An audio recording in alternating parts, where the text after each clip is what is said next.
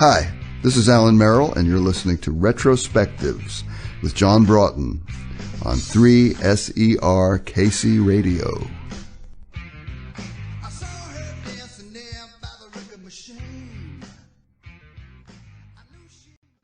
Okay. A jazz background in your family, I believe. Was there ever a chance you were going to go down that musical path yourself?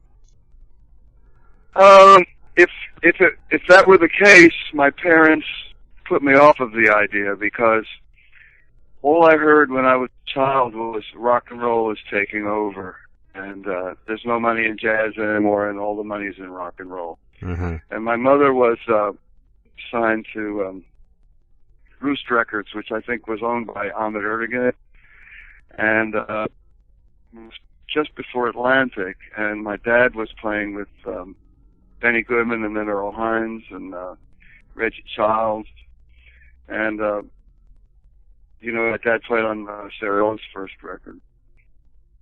And so, yeah, the vibe around the house was definitely do not get into jazz. There's no money. And get into rock and roll.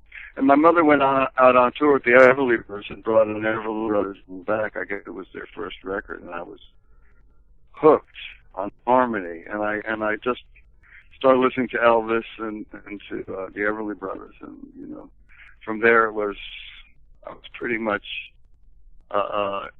in love with rock and roll, you could say. It's become a lifetime romance. What are your standout memories of those early days playing in bands in Greenwich Village? How ambitious were you back then? Very, very ambitious. I can remember. Now, my mother's sister married Laura Hero's uncle, Laura's mom's brother, and Laura and I were very close. She was like surrogate. She was very encouraging when I first got my guitar, and I played. And hooked me up with the Love and Spoonful, who were just starting out as their bass player, and I turned it down. They wanted me to quit school, and that was just not going to happen. And then Laura came in one day with "Do You Believe in Magic" and put it on the turntable, and she played it for me. This is what you turned down. And I thought, oh no, this is going to be a #1 record. And I was saying it was a #1 record. She was right. I should have got the job, but hindsight being what it is. Yeah. Still, she did hook me up with Paul Clayton, who not the New Seekers Paul Clayton, the folk singer Paul Clayton, who wrote "I Feel Like I've Got to Tread Alone." Yep. And I did record with him at 14 as his bass player on the Gingerbread Mind session. Then I started playing as a regular performer at the Cafe Law with my own band. Was first with the Kaleidoscope, and then we changed our name to the Rain, Rayne, because it sounded British. And then our guitarist became unmanageable. And we got rid of him, and we got a new guitarist, and we changed the name to the Water Tower West. And at the time, the Water Tower West were playing at the Cafe Law in Greenwich Village. Also on the show, and this is the kiddie show in the daytime, was John Hall, who had his group Kangaroo, and he ultimately formed Orleans, and they had the hits Dance With Me, and I can't remember the other one, but that's a big hit. And also, Bruce Springsteen came in with his group, the Castiles, and I remember him unloading all his gear from the van because his dad drove him in from New Jersey. And I looked at him and said, "Don't dare think about putting your gear up on stage," because there was a permanent backline of drums and amps, and nobody moved them because all the bands used the same amps and drums. So he sheepishly put everything back in the van. And that was Bruce's first gig in Manhattan, I think. And wow. We sat together and watched John Hall's group, Kangaroo, and they had a guitar player who was on par with Jimi Hendrix. He was just good. And his name was Teddy Spilios. And Teddy just became an LSD casualty. And I hear he plays around Manhattan once in a while, but he's very evasive, and he doesn't. He was, you know, someone else would confirm this for me. Danny Kalb's brother, Jonathan. Danny Kalb from the Blues Project. Yeah. I was talking to Jonathan in Paris, and Jonathan said the only guitarist who was as good as Jimi Hendrix was Teddy Spilios. And I said, you know, it gives me chills to connect with somebody who saw him, because Spilios was really amazing. He made the guitar sound like he was playing when he was playing forwards. I don't know how he did it. It was like moonwalking. The way Michael Jackson would moonwalk. Yeah. Wow. Was that he was playing backwards. It was very odd. Amazing. Oh, yeah. And another thing about the mid '60s in Greenwich Village was around the corner from the Cafe Wa was Night Owl, and there you had the Lovin' Spoonful, who had already had a hit. They were still playing it. James Taylor and the Flying Machine. Mm-hmm. That was when he was still in the band. There was the Blues Goose. I mean, just on the one city block, you had the future of rock and roll, basically, of American rock and roll, and at least the East Coast brand. I know that Lovin' Spoonful left for the West Coast somewhere in the I guess 1967 or 68. So that some people thought that they were a California band, but they're definitely a New York band. Yeah. And so it was a magic time. It was really an explosive. It was a nice congregation of musicians. We'd all meet up in Washington Square Park and talk. And I can remember David Lee Roth, whose uncle owned the Cafe Wa, trailing after me. He was 12 years old, saying, "How do you start a band, man? I really want to be in a band." I said, "You'll figure it out. I guess, you know, if you really want it badly enough." And I guess he did. He did very well. I think he took my advice. And of course, you walked away from all that and found yourself in Japan. What was the catalyst for moving over there? Well, I was in my band had split up because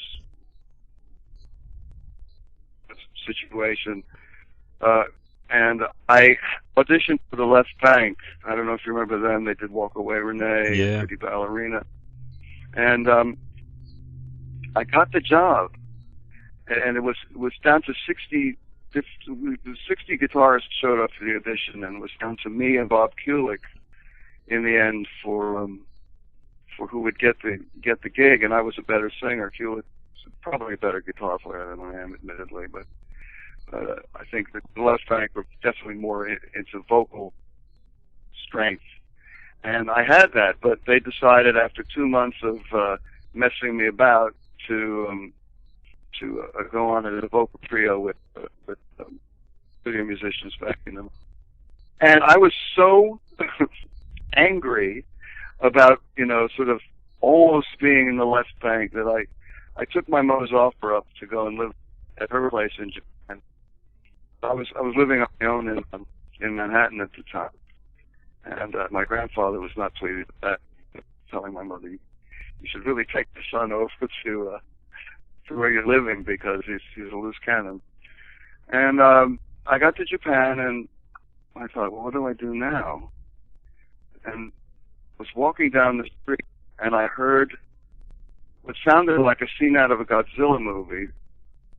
And I saw these 5 young men in black suits and Beatles-style hair, and they were running, and they were chased by thousands of fans. And I thought, there is a scene. And I must find out where it is and get involved. And so I found out that band was Tigers, who were Japan's answer to the Beatles. And I would be playing on shows with them within about 6 months. But I got involved through a girl I was dating at a club called Mugen, which was the top disco in Tokyo at the time. She was my girlfriend. She found out there was a foreign group called The Lead who were looking for a guitar player, and their guitar player was being deported. So I jumped in, And next thing I know, I'm in the band, and we have a hit single, and it's called Awebada, and it's Blue Rose, and we're touring up and down Japan. And I was thinking, this is great. I love it. And I finished Lead's second album with them, and I sang about 4 songs on it. And then another one got recorded. And I thought, what do I do now? This is all within like 6 months. So comes 1968, I'm walking around a disco called B-Bloss in Tokyo, which was right next door to Mugen. And that's where all the show business people hung out. And I said, look, my band's just broken up. I'm going around every table where I know the musicians. And I said, I'm looking for a gig. You know, I want to get involved in something. I was that aggressive. And I happened to meet Yuya Uchida, who, unbeknownst to me, was one of the most influential people in the Japanese rock scene. And he said to me, okay, I know who you are. I've seen you on stage. We've done some gigs together. And why don't you show up at PBS, a television studio, the next morning, and can you do Back in the USSR, a Beatles song in G? And I said, yeah. And I thought he was full of it, but I showed up at the TV studio anyway, and sure enough, I did the song, worked out. Next thing you know, I'm sitting in Watanabe Productions' office, a meeting with Watanabe Productions the very next day, and Yuya's pitching me as a solo artist. The day after that, I signed to Watanabe Productions, and I'm the first signing to Japanese Atlantic Records, the Japanese division that started. And they said, we want you to do an album all in Japanese. And I thought, I don't really speak it. But I thought, I'll have a go. Why not? My life's been strange up until now, and why should it change? So I did the album called Alone in Tokyo, and there was one hit single on it. You know, looking back, it's very difficult to sing anyway, but to sing in another language that you don't understand phonetically, in an era where there were no drop-ins. In other words, you had to sing the song from top to finish. And I did it. And I wrote everything out phonetically, and I sang it. And the album's pretty devoid of feeling, I think, because I didn't really understand what I was singing. Yeah. But apparently my Japanese was very good. And I got a hit single out of it, but the tide started to turn. I started, they were marketing me as sort of a Davy Jones, a David Cassidy kind of artist, and I knew that I had to take a quick turn, otherwise I'd be, typecast forever. And as it happens, in 1971, Free came to Tokyo. And I became very friendly with Paul Costa, the guitarist and he came down to see my band play in Hippia Park. I was doing a solo thing. I was doing a bunch of John Lennon songs and some of my own. And Tetsu Yamauchi was the bass player. And Costa said, "Do you mind if I nick your bass player? Andy Fraser's just quit Free." And I said, and actually they had just come back from Australia. Ah. They had done a bunch of gigs in Japan, went to Australia, and came back, and Kossoff was devastated. And he wanted to start a new band, so he said, I'll play on your next album, and I'll play on your next album for free. I just want to stick around in Japan. All I have to do is pay for my hotel room. So I pitched it to Atlantic Records there. And they said, no, you're a teen star. You did it. Free is too heavy for you. And that's when I quit Atlantic Records. And I quit Watanabe Productions, which you don't do. Only a foreigner could do that in Japan and get away with it. A Japanese guy doing that, he'd end up with brick shoes and in the Tokyo Bay. But I did get away with it. I switched to Columbia Records, but too late, because I used Kossoff and Tetsu. They'd gone off to England, and they were doing Kossoff, Kirk, Tetsu, and Rabbit. And it might have been me instead of Rabbit, in fact. But for my contractual obligations in Japan. I'm still in touch with that, and of course, Kossoff's been gone for many years. Yeah. So the formation of Vodka Collins was a conscious attempt to break away from that scene pop world? Definitely. This is I changed the spelling of my name from Allan to Alan, thinking that would make a world of difference. and that I could become sort of like this Bowie, Boland sort of competitor from Japan, and I was trying to convince EMI to export the product. And we did the Vodka Collins Tokyo, New York album, and that was a big success quickly, and it was very surprising. Unfortunately, we had a manager who was a thief, and because of the busy schedule of Vodka Collins, I had been doing a lot of bass work on commercials and other people's records, like a group called Garo, G-A-R-O, who were very popular, and I played on some of their hits as a bass guitarist, because I was getting myself into a lot of trouble being a rebel that I am, and I was sort of blacklisted, so I thought, well, I can at least play bass on other people's records and no one will, mind. And unbeknownst to me, I had sort of slipped back into the Watson Art Productions umbrella with Vodka Collins because they were associated. Their management was at the same company. And it was a fast ride. We had a couple of years where we were on the ascent, and we were about to do the Budokan, and like in David Bowie's song, just the band was split up at the peak, and like Ziggy Stardust, it was just perfect. I left Japan the week I was supposed to do the Budokan as a headliner, and we could have had a conversation with my manager to pay me what he owed me so that I could pay him my rent. And he laughed at me, and I said, "Oh, I'm leaving." He said, "You won't leave Japan. You're only a star in Japan. You can't be a star anywhere else. You'd be a fool to leave Japan. I think you're bluffing." I got on the plane and went to England, which, was ballsy. I left my amp. I left most of my clothes. I left, my girlfriend behind. Followed me a few weeks later. She knew about how to keep her mouth shut about I was going to leave. And of course, fortunately for me, within 6 months of my arrival in England, I was in the top 10 with the Arrows, so my plan worked out. Is there any particular reason? It might sound strange, it's because I'm hearing this slapback every once in a while. It's not constant, but once in a while I'm hearing like, hey. I'm stilted. If I sound stilted, that's the reason. Is there any reason why you chose England rather than go back home to America? Oh, absolutely. And this is, when I started out in Greenwich Village, the bands that I loved were all British. The Kinks, the Stones, the Beatles. I didn't care much for the American groups. Maybe that had to do with me going to a British boarding school when I was a kid, which was based in Switzerland. It was a school called Avon College. So I was listening to Cliff Richard and the Shadows and Cilla Black and Helen Shapiro. Cilla Black came later, I think. But people like that influenced me.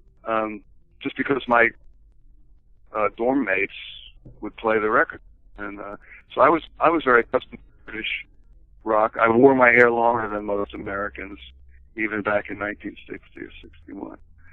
So this was gave me an edge. So when the British groups came out, I was like clued in. I was clued into the accent. I was clued into the whole British vibe, and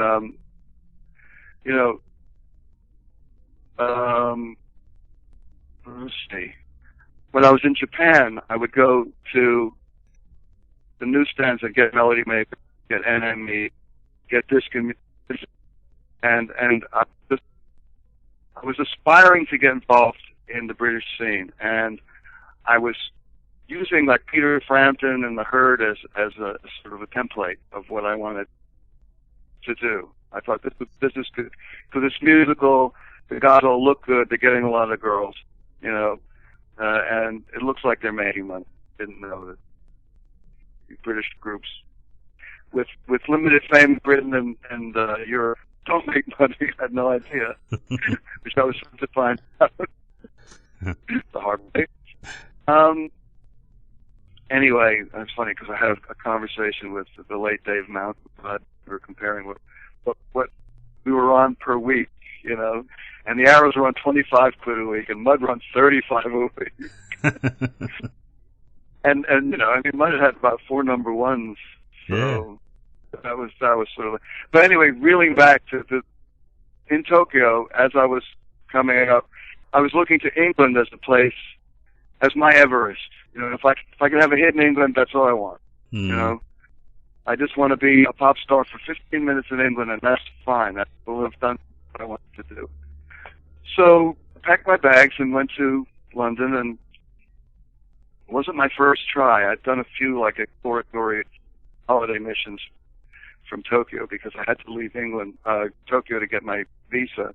Sometimes I go to Hong Kong, sometimes I go to New York, or sometimes I go to London. So every 3 months, I would leave for a few weeks. And I'd already tried a few, you know, putting my toe in the water in London.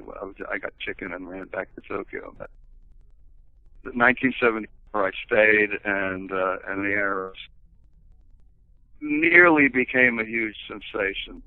But that's a whole other story. That's, you know, we're blessed with getting together with one of the greatest producers of all time. That was the upside. The downside was we worked with Mickey Mouse at a time when he really was losing interest in being a producer. And he eventually handed us over to Phil Coulter, who is a great producer, but you know, at that point we weren't really in favor with our label for reasons of taking on management, which Mickey Mouse stressed that we shouldn't, or, you know, the sky would fall in on us. We didn't listen, and the sky fell in on us, and that was the end of the Arrows. But, in a nutshell. A lot of people seem to associate you with that glam rock era of the 70s with that band. Do you feel like you were a part of that movement? Oh, with Fuck the Collins for sure. Yeah. But the Arrows caught the tail end of the glam rock. I mean, I'm mystified how Smokey are considered glam rock. I mean, they did look like a bunch of construction workers, and there was nothing glam whatsoever about their music. It was sort of bland music, middle of the road music. You know, I mean, I like the guys, and I know they didn't always have a choice, and they recorded. And they recorded what they were told to by Mutt Chapman and Chin. Except for the B-sides, which brings up I Love Rock and Roll. Yeah. Tell us about the writing of that. Smokey were singing Don't Play Your Rock and Roll for Me, we were writing I Love Rock and Roll. And there was the difference. Now, I read that you wrote that song as a response to the Rolling Stones' It's Only Rock and Roll. Is that right? Absolutely, yes. Yeah. In fact, the news is exploding this week about Mackenzie Phillips, and around that time, I was dating Mackenzie. Oh, really? Her TV series, yeah. She was on hiatus from her TV show One Day at a Time, and we dated the entire summer during the Arrow show, which made for some interesting tension if you consider that our drummer Paul Varley was with June Bowen, Mark Bowen's ex-wife, and our guitarist Jake Hooker was with Lorna Luft, who was Judy Garland's daughter. And it was like backstage tension. All these powerful women, you know, in the band. But yeah. So where I was going with this is that Mackenzie's father's best friend was Mick Jagger, and he would be at the house every day, and we had a professional tension. Was famous for checking out artists who are on the way up and sort of competitive. And my moves on the Arrow show were sometimes sort of like his.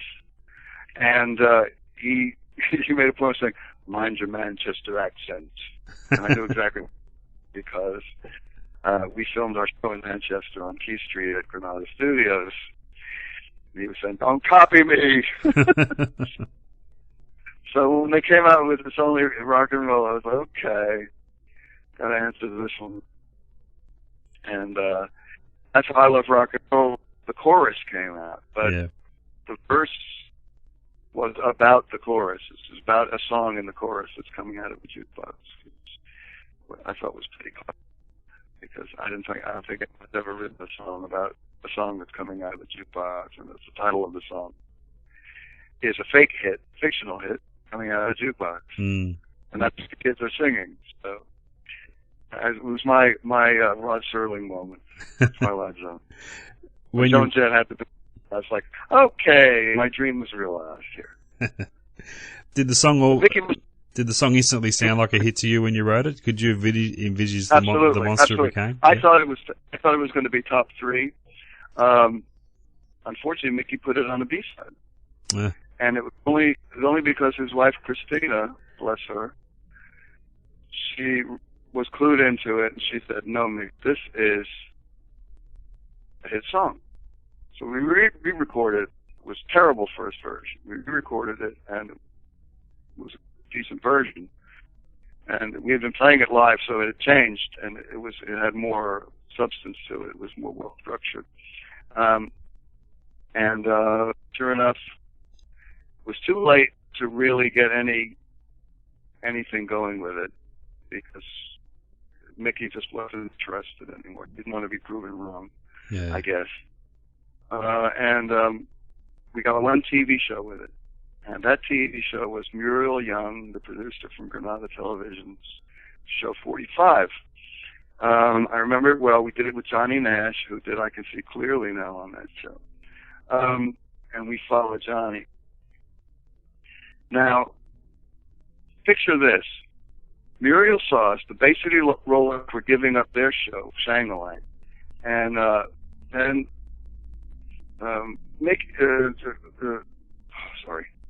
brain glitch. Muriel Young got the first letter right, M.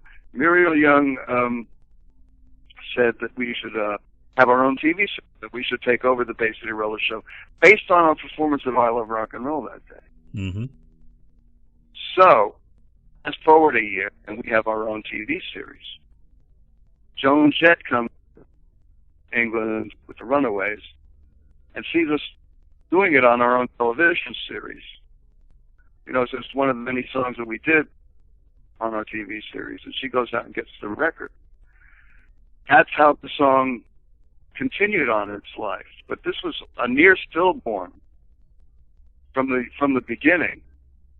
But somehow the song had a life of its own, and then Joan picked up on it. And Joan cut it with 2 Sex Pistols in '79. Didn't happen. She put it on the B side. I think the A side that she put out was "You Don't Know It's Shot Till You Lose It" or something like that. I'm not sure, but I think that was the song. Then she re-recorded it again. What are the odds that she's going to record it again? She's already done it. Yeah. A couple of the sections.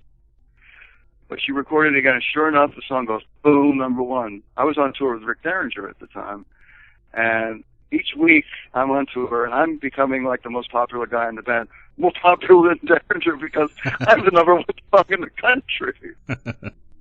And Rick grinding his teeth, and all the guys in the band are going, "Come on, Alan should sing the song in the set," and Rick just wouldn't have it. Yeah.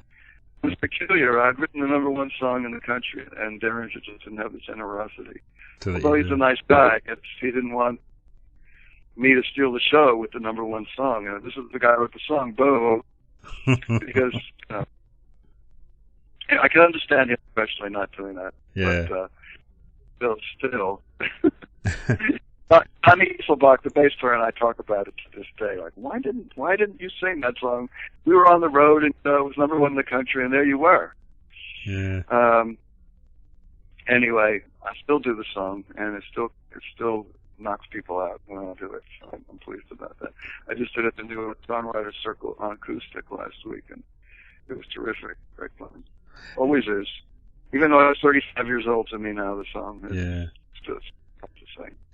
Has the success that song has had in later years given you the financial freedom to pursue your own music the way you want without worrying where the next dollar's coming from? Not the way people would think. No? I mean, I was very young when I signed the publishing deal, and although the money is good, I mean, people think I'm a millionaire from it, and that's not the case. No. You know, there are some publishing deals structured and things like that where the money gets watered down. So I'm not complaining. A large slice, I mean, small slice of a large pie is better than a full slice of an empty pie. Exactly. So yeah. The song's been good to me, you know, in many ways. You know, I mean, and I have to thank Mickey Most for promoting the Arrows in the first place. And without him, we wouldn't have been anywhere on the world stage. And that song wouldn't have had the platform that it had. So even though he didn't like the song particularly, without him, the song would not have gotten anywhere. And, you know, without him placing the Arrows where we were with 3 singles out and 2 of them having been hits already, that put us in the position a TV show right away as soon as we flipped the song from B to A side, and so that was a good thing. But you know, the Arrows story is a peculiar one, but I'm sure there are many bands have their own strange stories. I'm just happy that I've been able to I went from Arrows straight to Runner, and from being on 25 quid a week, and I found out you're on Island Records, and you're with Chris Blackwell, and you're considered rock and not pop. Suddenly you're on 20 quid a week. You're not even gigging. You're just staying home and rehearsing. It's like, wow, this is a big difference, you know. Yeah.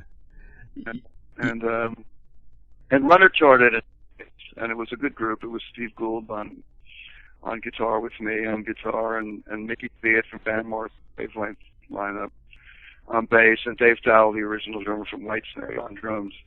And that was the 4 of us. Ian Lind filled in on keyboards. He's a terrific keyboard player. And Billy Lyle did arrangements for us, the fellow from Pilot who's now gone. He's a terrific musician. Another one who was in the pop scene with Pilot, and an original Bay City roller who moved on to be a very serious musician. You mentioned your time with Rick Derringer. Was it, even though he didn't let you get up and sing "I Love Rock and Roll," was it refreshing though for a while not having to be the main guy and just supporting someone else? Well, it was a matter of fiscal survival. I had married in London, and I had children, one after another, and Runner broke up, and you know, my wife, who's Native American Indian and a model, very beautiful model cat, she decided that she really wanted to live in the States again, and I reluctantly gave it a go. I thought, you know what, the manager of Foreigner really liked Runner. All I have to do is go up to his office, Bud Prager, and say, hi, I'm in New York, and he'll give me a gig. Wrong. I got to New York, and I realized this is New York. This is a whole other ball game. So, you know, when the cash started getting low, I was like, well, you know, I'll have to hire myself out as a hired gun. And I had it in Japan years ago. You know, I can sing, I can play bass, I can play guitar, and Derringer was looking for a guitar player who could sing harmonies for his Face tour, and I went out on tour with him in 1980. Pretty much right after I got off the plane from London. It was like 3-4 month gap where I ran out of money, and I panicked and just, you know, Rick said, "You're overqualified for this gig." I'm like, it's okay, I'll take it. I need the money. I have some kids, you know. So there I was on tour, and on tour, we're talking 8 months, 6 months out of the year, you know. On and on and on, and this put a big strain on my marriage. Eventually, we got divorced, and then I got sole custody of my kids, and I thought, what do I do now? And I did a solo album in 1984, which came out in Polydor in 1985. You know, with the Derringer Band guys helping me out, and they were the rhythm section on about 5 of the songs. And I had some demos that I'd done with Dallas Taylor and Steve Gould from Runner. Dallas Taylor was the original with Crosby, Stills and Nash, if you don't know. Mm-hmm. And we, I put all those things together and made an album, and Polydor put it out. And it wasn't a hit, but it was well reviewed, well received. And then I got the call from Bob Kulick, would I be interested in playing with Meatloaf? And I thought, well, my album wasn't a hit, and we were on cash again. Here we are back to I Love Rock and Roll really wasn't the big money spinner for me, otherwise I could have just sat at home. But instead, in 1986, I was really strapped for cash, and I went out on the Blind Before I Stopped tour with Meatloaf, and then I did the Lost Boys and Golden Girls tour with him. I guess I spent around 4 years with Meatloaf, and that was fun. It was very hard work. It was a 4-hour show a night. But after that, I vowed I would never back anyone up again, and I just started doing solo albums. I believe you were the New York chapter governor for the Grammy Awards organization for a while. What did that entail? That's right. I was voted in twice as a governor of NARIS, which is the Grammy organization, and I wanted some rock and roll feedback because most of their people were jazz or classical music, and I tried very hard to change the way the awards were structured, especially after in 1982 I Love Rock and Roll was not nominated for a Grammy in any category because it was too rock, and I was disgusted, and I thought I got to get into the organization, try and change things. I tried my best, and when I'd done my 2 terms at the Greenwich, and I thought, I'm not going to fight. I'll let it. I know Ellie's going to beat me, so I'm not even going to, sort of lobby and try to remain in the organization. I see I really can't change anything. It is pretty much an organization run by very middle of the road, mainstream corporate people. And I was a member of the organization. I remained a member of the organization until 1989 when I did a children's TV series as an actor, and I also wrote the theme song, which was called Encyclopedia Brown, on HBO. I wrote a song called Who Done It on the show. It was a very popular show with kids, and I put my song up for nomination for a Grammy in the children's category, and they nixed it, that it was a rock and roll song because I was known as a rock and roll musician. And it's irrelevant, I argued, because it's in a children's show. Yeah. And it's when I quit the Grammy organization altogether. I just thought, the odds were stacked for rock and rollers in general. I don't know how it is to post interest. In fact, I did a jam at the cutting room, which was unbeknownst to me for the Grammy organization and for NARIS. I got on stage. I said, I was on the board of governors of NARIS, and I tried to change things, and it didn't work out. And the status quo was too powerful, and I can't run up against people like Marvin Hamlish and backpack, and that type of music is just that's ASCAP's main body. Everything else is periphery, And there was a point where the stations weighed to favor middle of the road in ASCAP, for example, middle of the road writers instead of writers. So I was throwing the love for the adult oriented, so to speak. So it was frustrating, but I gave up that fight. It's too much energy wasted. I just thought I'll concentrate on my own music and do what I want. And certainly over the past decade or so, you've been very active with lots of CD releases. Have you found yourself with a new burst of creative energy in the past 10 years or so?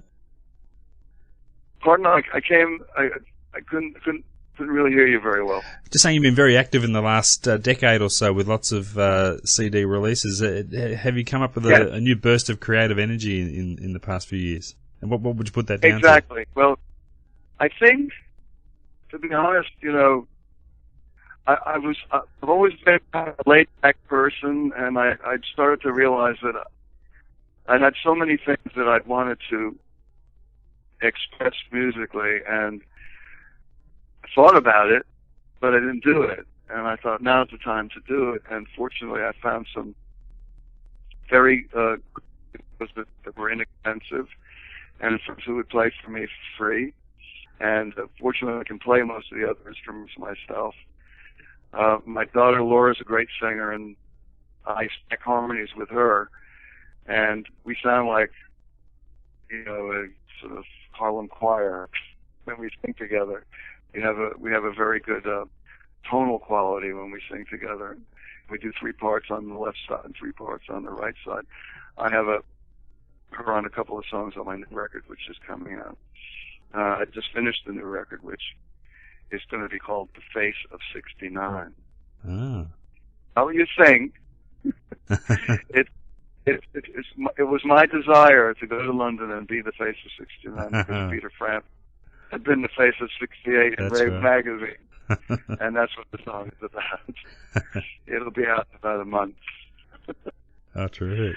So the album is really a sort of look back. I do hang on Sloopy because of my Derringer. Yep. To give my spin on that song. And I did 2 Out of 3 Ain't Bad, the Meatloaf song. Mm-hmm. And of course, I used to sing Slow Down with Meatloaf, so I've done a different version of that. I have a few other songs that I did with Rick Derringer, and wrote one with Rick and one I wrote for Rick, and I'm putting those on. And that's with some with the Derringer Band playing, and some with Pete Phipps from XTC, the Glitter Band, and the Eurythmics on drums, and Dave Glover on. Tremendous musicians, and I've been fortunate enough to work with Bill Lyman, and he's used in on a few of my tracks, and people like Sir Mac Rice singing backup vocals for me. I don't know if you know who he is, but he wrote Mustang Sally, and I wrote with Don Covey, who wrote Stain of Fools, wrote Brand New Man, which was Freddie Scott's album title track, his last album. You know Freddie Scott, right? He did Hey Girl. Mm-hmm. And, so I love confusing critics because they don't get it. They go like, well, he was a teen star with a glam rocker in Japan, and now he's with all these R&B guys. What's going on? But it's good. In fact, Always Know the Train, the only track where Steve Winwood and Taylor are playing on together. And that was terrific having them back me up. Fantastic. And so, interesting journey. Just before I let you before I let you go, Alan, one last thing. If you could go back and talk to the young Alan Merrill just embarking on his career in music, what advice would you be sure to give him? Pay more attention to the music and less attention to the women.